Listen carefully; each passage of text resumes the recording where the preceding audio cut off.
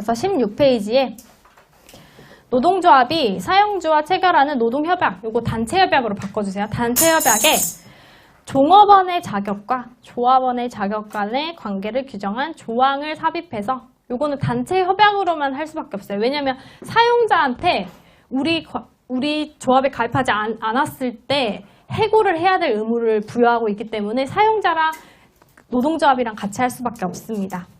그래서 그렇게 노동협약에 이런 조항을 삽입해서 결국에는 목적은 뭐냐? 조합의 유지 발전을 도모하려는 제도입니다.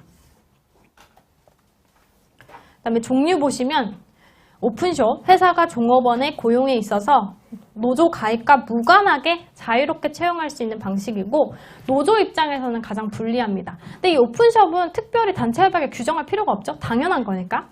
그러니까 클로즈드숍이나 유니온숍부터 단체협약을 체결할 실익이 있겠죠.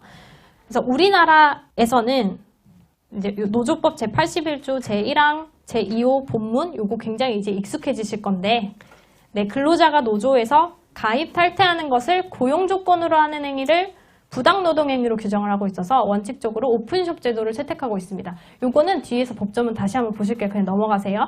클로즈드숍 보시면 기업의 신규 채용이나 결혼을 보충할 때 근로자를 조합원 중에서 고용하지 않으면 안 되는 방식으로 조합의 단결력을 가장 강화할 수 있는 제도입니다. 그래서 미국 넘어가시고 세 번째 줄 끝에 우리나라 노동법에서는 원칙적으로 금지하고 있습니다. 오픈숍 채택하고 있으니까. 세 번째, 유니온숍, 클로즈드숍과 오픈숍의 중간 형태로 사용자가 조합원 여부와 관계없이 근로자를 자유로이 채용할 수 있으나 일단 고용된 근로자는 일정 기간 내 조합원 자격을 취득하는 것이 강제된 제도입니다. 그래서 자격 취득하지 않으면 사용자에게 그 종업원을 해고해야 되는 의무가 발생한다.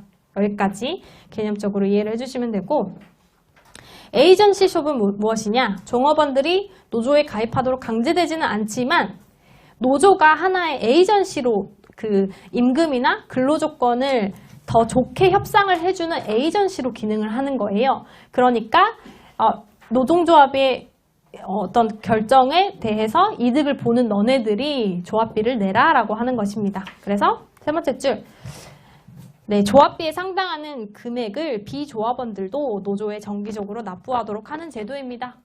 이거를 사용자랑 노조랑 해야 된다고요.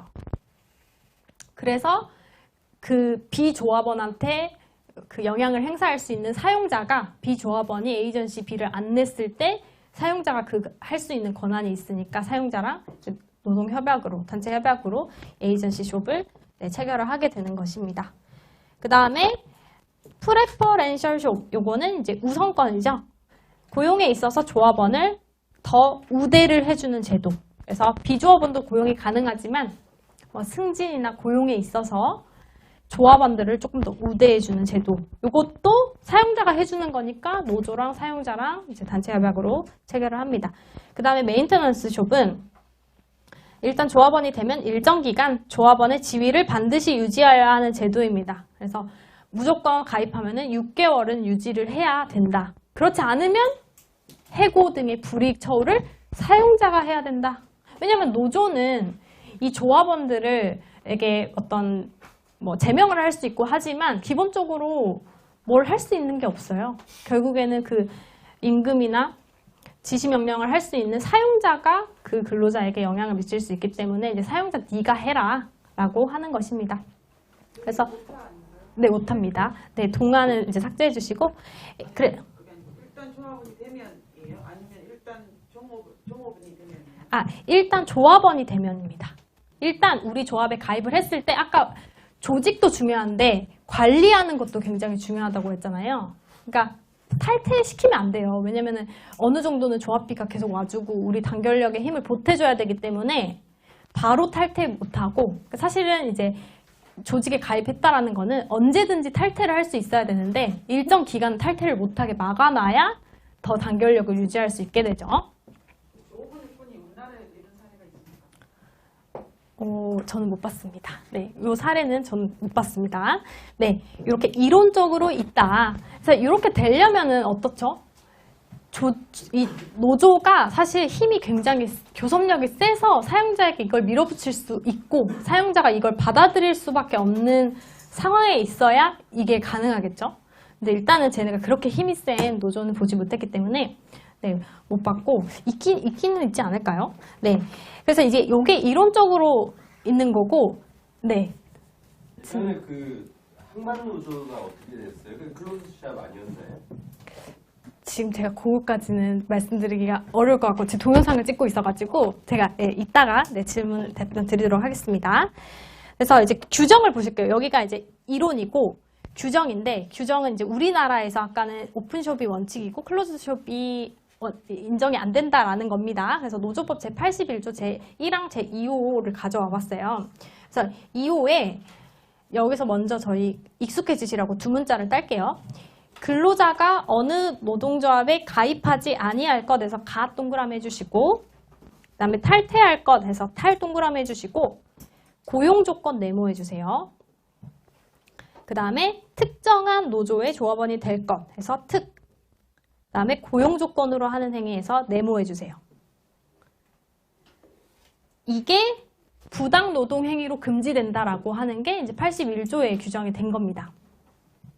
81조에 사용자는 부당노동행위를 할 수 없다라고 하고 있는데 그 부당노동행위가 굉장히 노동상권을 침해하는 행위로서 여러 종류가 있는데 그 중에서도 우리나라에서는 이 두 번째 근로자가 어느 노조에 가입하지 아니할 것, 탈퇴할 것을 고용조건으로 하거나 특정 노조의 조합원이 될 것을 고용조건으로 하는 행위를 부당노동행위로 금지하고 있습니다.